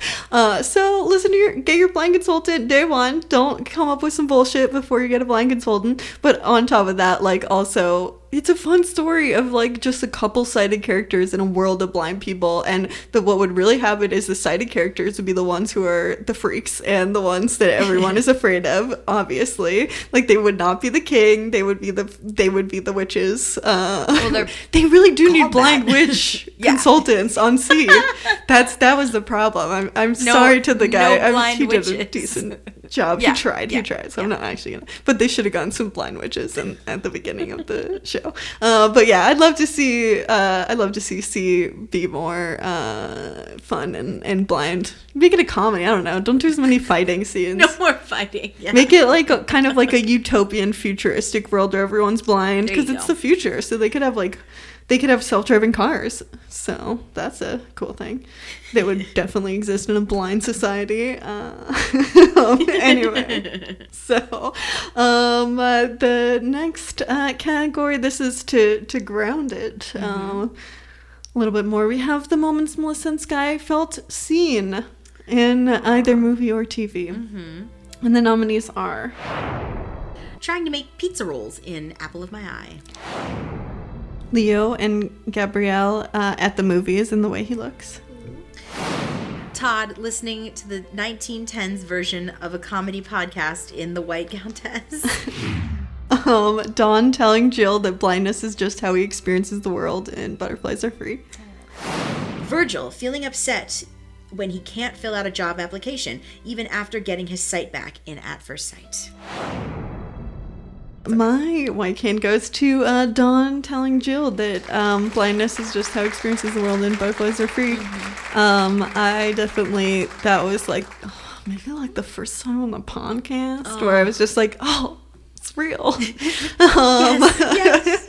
A real thing. But like the way that he just describes his blindness is just like, I've said that. And there was just a moment of just full on recognition. Also based on a real person's story. So, you know, turns out when you do that, it's a little more realistic. Who would have thought if we get blind people to tell these stories?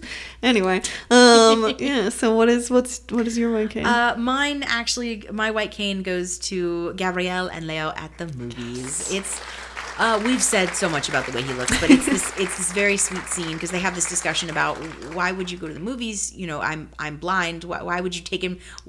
Why would you take him to the movies? He can't see what's going on. But then it's this wonderful. It's blindness can cause any space and normal spaces that sighted people inhabit to be a really intimate space, and I think the movies is a great way to showcase that. Because you know I've been in that same situation in the movies too. It just makes everything more special. Yeah, I love that framing a lot. Yes. Yeah. So it's so nice. These were really good choices because I just felt seen. It was also funny. I did want because I watched The Way He Looks with Conrad. So we did have kind of what is it like a dollhouse moment of like this is like what he had to read me all the subtitles. So oh my gosh. Though luckily because of coronavirus we weren't in a theater. Also I don't think it's playing in any theaters even if there was a coronavirus. Not now. It's not how theaters work. They don't just randomly play movies from 2014 but that are from Brazil into queer coming of age. They really should. Portland. They should just do exactly. It. I agree. But yeah, that's these are all good ones though. So yeah. Okay, so the next category, this is kind of a fun one. Best film or TV show for sighted people to watch that we'd recommend for sighted people to watch, and the nominees are Eyes of Me, Butterflies Are Free, The Way He Looks, Touch of the Light, At First Sight, Freaks, and Apple of My Eye. Ooh boy, I mean, not gonna lie, I would recommend all of these for people to watch, but my white cane goes to. This is still a hard choice. Yeah, my white cane goes to Butterflies Are Free. Nice. I think, and you've said this also in your in talking about Butterflies Are Free today. The speeches and the monologues, especially that Dawn gives, are amazing and definitely speak to the blind experience. Yeah. Just to see how those two characters grow and stay in each other's lives and how their relationship develops. Yeah. And I think it's good. I think it'd be good for sighted people to watch because it has a lot of the trappings of what sighted people might consider blindness to be, like the overprotecting mother. You know, right. I'm sure they could relate to having been that or having seen that, or been in that situation. Yeah. Yeah. And yeah, like you said, it's written inspired by a true story about a blind person. So there's no better something than that. Yeah. We have a good specific words are not coming to me today. What is, it's not yin and yang. Mind link. I don't know. It's just kind of like there's a poetry. There's some word that I can't think of. Because mine is The Way He Looks. So we just our two categories. Yes. We switched off our things. But for The Way He Looks, I mean, we've talked about it so much. So not to just totally reiterate. Keep gushing about this movie. Yeah, which it deserves. But I just think it is something that I would show to a sighted person, especially because it is not weirdly, just because I'm like, it's not like ableism is so hard, like, which, you know, it's good to be acknowledged more than like something that's really flippant and like we're the butt of the joke. But it's just also really nice to have just like a really kind of, a light story, and to not have, because sometimes I just get tired by just the weight of ableism, and sometimes it's kind of nice to like just kind of imagine a world with ableism light, and also you know, queer love story. Always tell people to watch that as well. So yes. I don't, this table, I'm telling you, man. I know, we're making all the noises today. It's because we have iPads and we're trying to see it. It's really hard. Yep. So yeah, that's what are you gonna do? Okay, so now of course the next category is the best film or TV show for blind people to watch. So this is for our people, none of these fucking sighted people. And the nominees are The White Countess, The Way He Looks, Wait Until Dark, Blindsight, Apple of My Eye, and Land of Silence and Darkness. I'm going to give it to Land of Silence and Darkness. Nice. All right. I feel like of these, it's actually the most, like, it's kind of like blind people know about, you know, if you're just blind, like that's not, it's about deafblind people. And I think like getting to see that, I think that's in a way the one where I learned the most about like and like kind of another side of blindness that is a smaller percentage of us than you know. So I think that like it's something that I really would like to see more of. I think is the community is, because I think sometimes there's like a weird thing with like people who are blind and hearing and who are deaf and sighted, where there's kind of like, well, we can't exist in the same world because like, you know, we have to like some weird, like we have to compete for resources because we need different things. But I think like I'm always for making things more inclusive, and so to kind of like start from a place of deafblindness, I think it just made me think about all the ways that we could be more inclusive in general. And so I think like it's instructive for us blind people. So that's kind of the direction I went with this one. What is your white cane? My white cane goes to Blindsight. Nice. Yeah, because everybody, no matter whether you're blind or sighted, could use a good inspirational story sometimes, and a good kick in the pants. And I don't think Blindsight is filmed like inspirational porn. Yeah. It's a little more questioning of that. Right, exactly. Yeah, and I would feel comfortable showing it to a blind or disabled person. Yeah, not because I want to... Like, I didn't watch Blindsight and feel bad because I haven't climbed a mountain. Yeah, I did. I was like, oh, no, I'm just kidding. Like, if anything, it was amazing and eye-opening to see these incredible kids and their teacher and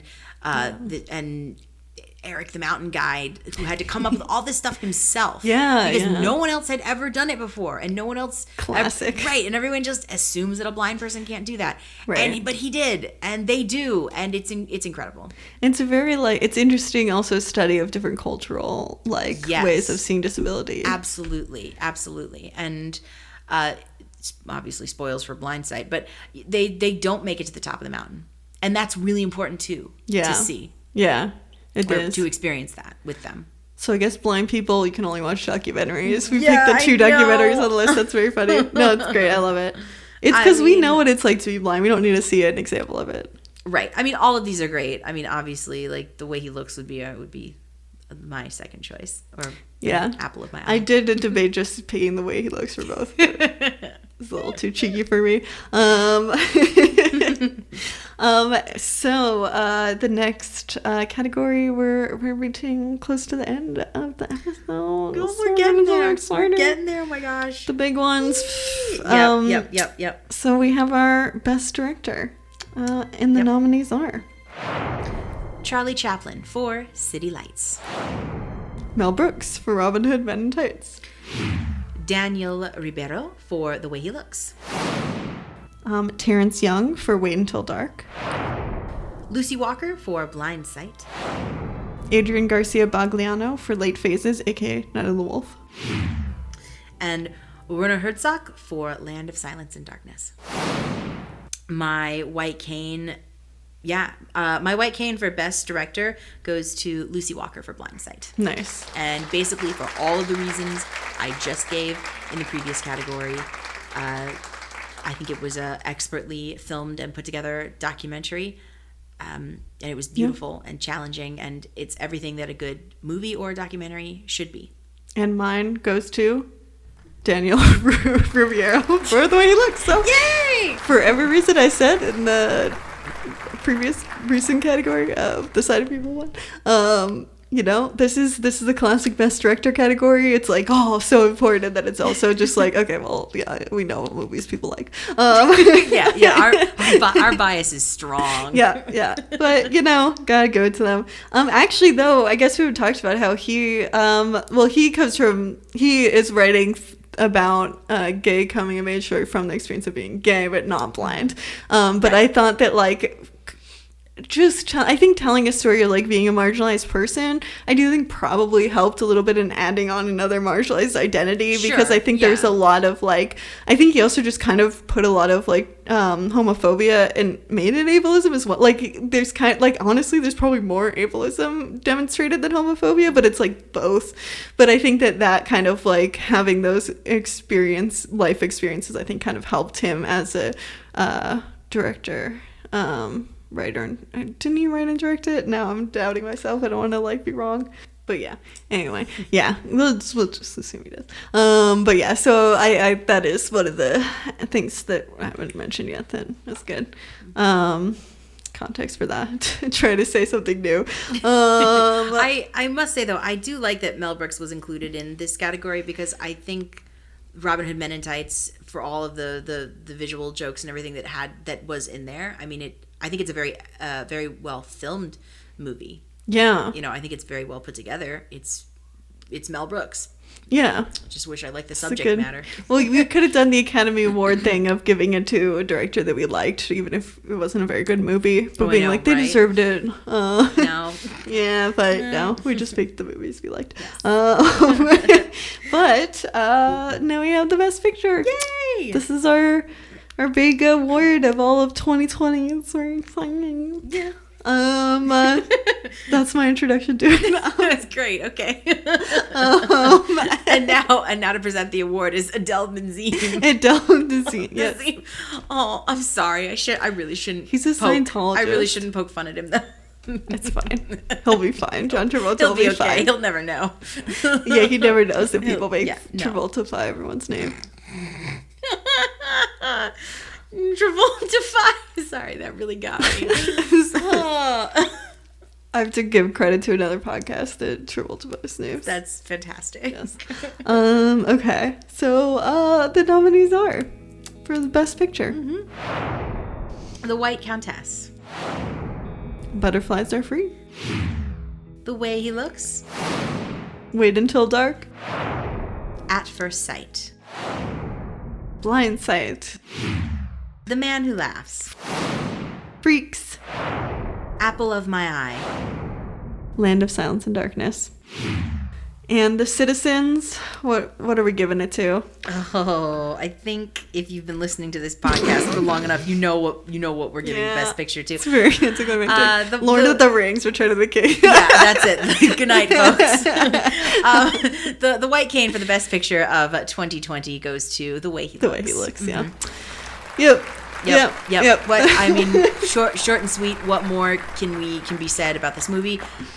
It's on Canopy right now. Yes, it's through still the library. On Canopy. It's still there. It costs you nothing to go and stream this movie. Yeah, Please. It might cost you a sighted person if you're blind. Oh yeah, to go read the subtitles. That's true. But if you do some weird you fuck with your laptop enough with voiceover, you can kind of do a dumb thing, but it is kind of hard. Yeah, it's hard. Yeah. But aside from that, it is the love story that I want more of. I mean, yes. I want more queer love stories. I also want more disabled love stories. I want more blind love stories. And this movie just has everything I want. Yeah. It's so great. We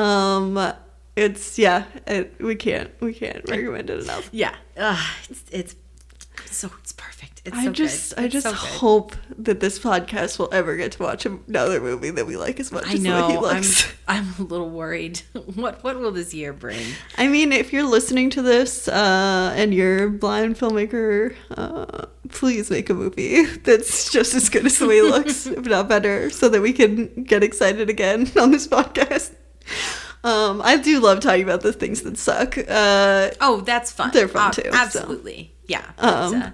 But it's so much more important to find something that is that has wonderful, amazing representation, and something that I am proud as a disabled person to recommend. Yeah, it's definitely, that's not a common thing. No, because like I'm not like side-eyeing and winking like, oh no, you should totally watch this, but there is these couple of things in here that you should look out for because they're not great. Right. I don't have to say that with the way he looks. Yeah, it's so great because I don't think we've watched a single other movie that's you don't have to caveat somewhat. Mm-hmm.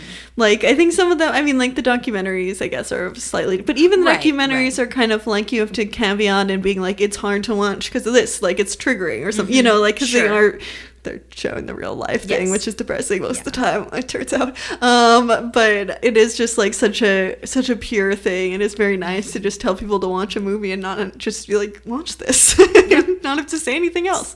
For that, go and do it. Yeah. And so that's the moral of this podcast. These 50 episodes, at least. Mm-hmm. The moral is go watch The Way He Looks. And keep listening. And maybe someday we will watch a movie we love as much as that movie, and so you have to keep listening every single week to find out, because it's not going to be quick. This is not going to be an easy thing to find. we're gonna have to wade through a lot of garbage. Yeah, but that'll be fun too. Yes, I do love the garbage as well. So it's all good. But boy, have I got a movie for you.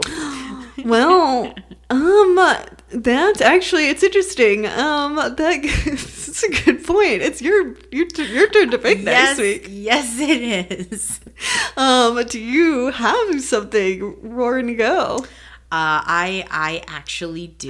Yes, 50 episodes. We finally figured out how to do the podcast, because we're always like, wait, oh fuck, what do we cut out like 10 minutes of us. Yeah, I do need to look it up to make sure I have the right title. Okay, but yeah, I've done that too. Yeah. Yep, we are doing the 1989 classic. See No Evil, Hear No Evil. Oh, yes. Yep, starring Richard Pryor and Gene Wilder. That's gonna be fun. I am excited. It's a classic. This movie is probably terrible. Movie. Yeah. I haven't seen it, but Sky. This movie has a 28% on Rotten Tomatoes. Oh, yes, it's happening. I'm so excited. Well, and I'm very excited for the second annual White Cane Awards, where we get to give all sorts of weird awards to all sorts of weird shit that we come up with this year. Yes. This has been such a lovely thing. We have one more category though. Yep, just the one. So it's gonna be all sentimental. I was like, wait a second, save that for when we're actually done with all our awards. So it's the very important word of the best things that Melissa was blindsided by this year. And our nominees are picking up Dungeons and Dragons again. Hardcore Bardcore. Red, White, and Royal Blue by Casey McQuiston. The song Tigers and Young Men. The movie Soul. Well, I'll give it first. Yeah, you go for it. You. I'm going to give it to Hardcore Bardcore. Yes. That was just a very fun, interlude. I feel like a genre of music is not a thing that we've gotten to do very often, and just one that's entirely exists on YouTube. It was very fun, and also getting to play songs that are technically they are songs that are copyrighted, but because it's bardcore, we're not gonna get fucked over by that. So that was just really fun, and they're so ridiculous. So I really enjoyed you talking about that and playing an example. I'm so glad. I enjoyed stumbling upon a genre of music that I just had no idea existed, and it's so funny because you would think I would know about this, right? I mean, you did eventually. You got there. Yeah. Some things are destined for you to know about, and Hardcore Bardcore is one of them. And I just wanted to say Hardcore Bardcore. What is your White Cane? My White Cane goes to playing Dungeons and Dragons again. Classic.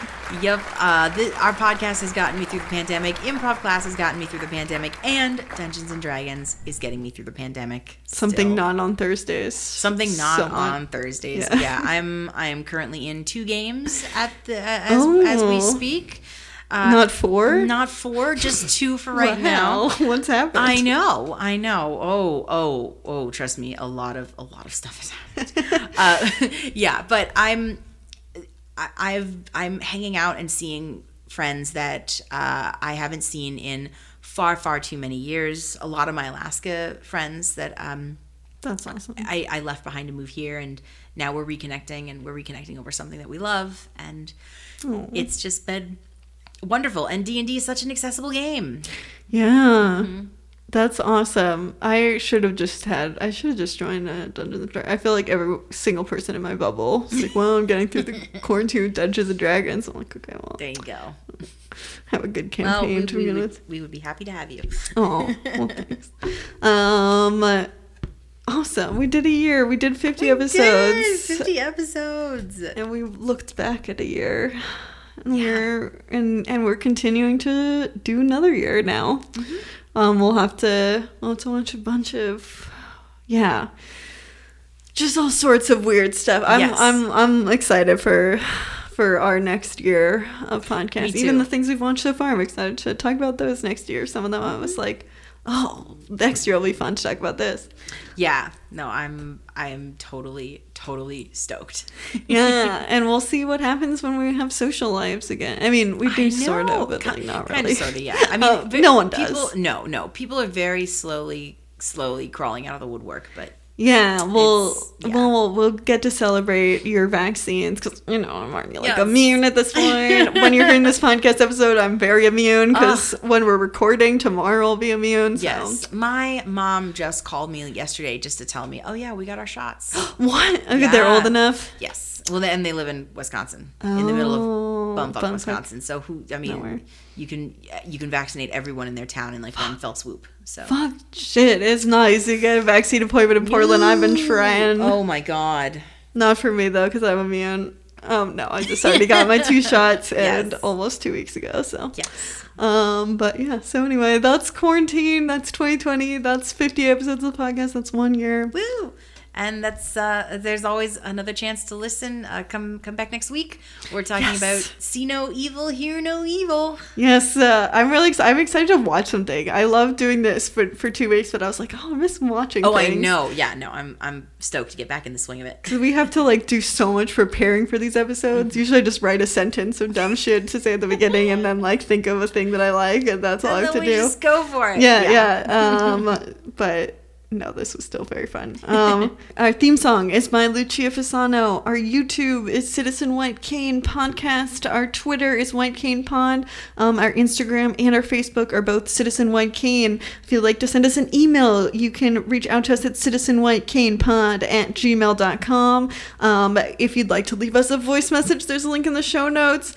Oh my gosh, just what even? What's been your favorite thing about surviving 2020? Yeah, and have you listened to this podcast? Have you listened to all 50 episodes? What do you think is good? Do you like us? If you do, we'll play it on the podcast. Just really patting ourselves on the back of this episode. Yeah, there you go. If you want us to have a bigger ego, tell us in a voice message. Come